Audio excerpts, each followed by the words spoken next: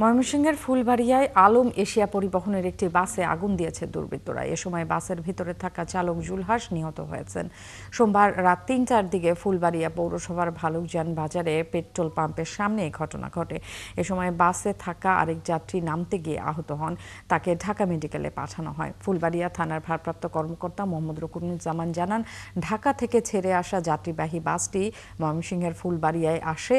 রাত 2:45 বাসটি তেল নেয়ার জন্য পেট্রোল পাম্পের সামনে দাঁড়ালে সব যাত্রী নেমে যায়।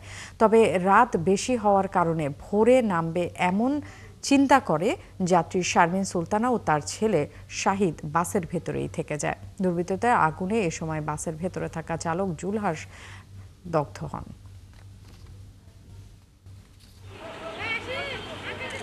ঢাকা থেকে ছেড়ে আসা বাসটি যাত্রী নামিয়ে ফুলবাড়িয়া উপজেলা সদরের ভালুকাজান এলাকার পেট্রোল পাম্পের সামনে পার্কিং করে রাখে।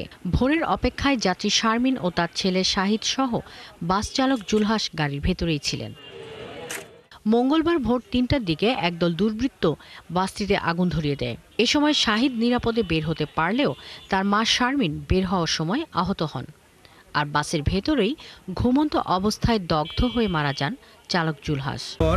আমরা চার্জ করে গাড়িটিতে দেখি একটি মৃতদেহ আছে।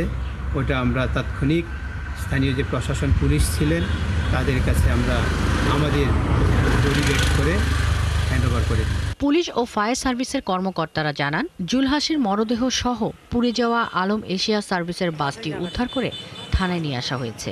যখন গাড়ি পুড়তেছে তখন গাড়ি পুরার সময় যে গ্লাস পইরা পইরা শব্দ হয়েছে, আওয়াজ হয়েছে, সেই আওয়াজ শুনে আমি সজাগ পাই। আমার বাসা পিছনেই। জঘন্য ধরনের কাজ করছে, এটা ধৈরা আইনের আওতায় আইনে আর ফাঁসি দেওয়া দরকার। এর মতো কোনো খারাপ কোনো হয় না। এইটা আমগর দেশের সম্পদ নষ্ট করছে, আমগর ফুলবাড়িয়ার সম্পদ নষ্ট করছে। দৃষ্ট কঠোর শাস্তি চাই। একবার খুব অন্যায় কাজ করেছে, এটা একটা নোংরা রাজনীতি যাকে বলে। ঘটনাস্থলের কাছেই কৈয়াচালা এলাকার বাসিন্দা জুলহাস, তার বাড়িতে চলছে শোকের মাতম।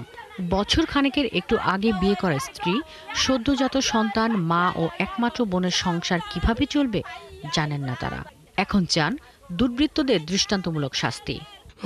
সংসার ডাঙ্গার কিভাবে চলবো? বাপ নেই, কি একটা ভাই আছিল আশা ভরসা।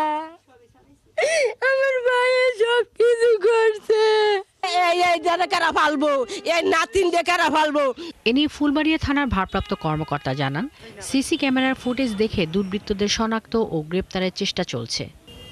আমরা চেষ্টা করতেছি, এখন পর্যন্ত আইডেন্টিফাই করতে পারিনি। আমরা চেষ্টা করতেছি তাদেরকে আইডেন্টিফাই করার জন্য। ময়না তদন্তের জন্য জুলহাসের মরদেহ নেওয়া হয়েছে ময়মনসিংহ মেডিকেলে। শাকিলা শম্পা, ৭১।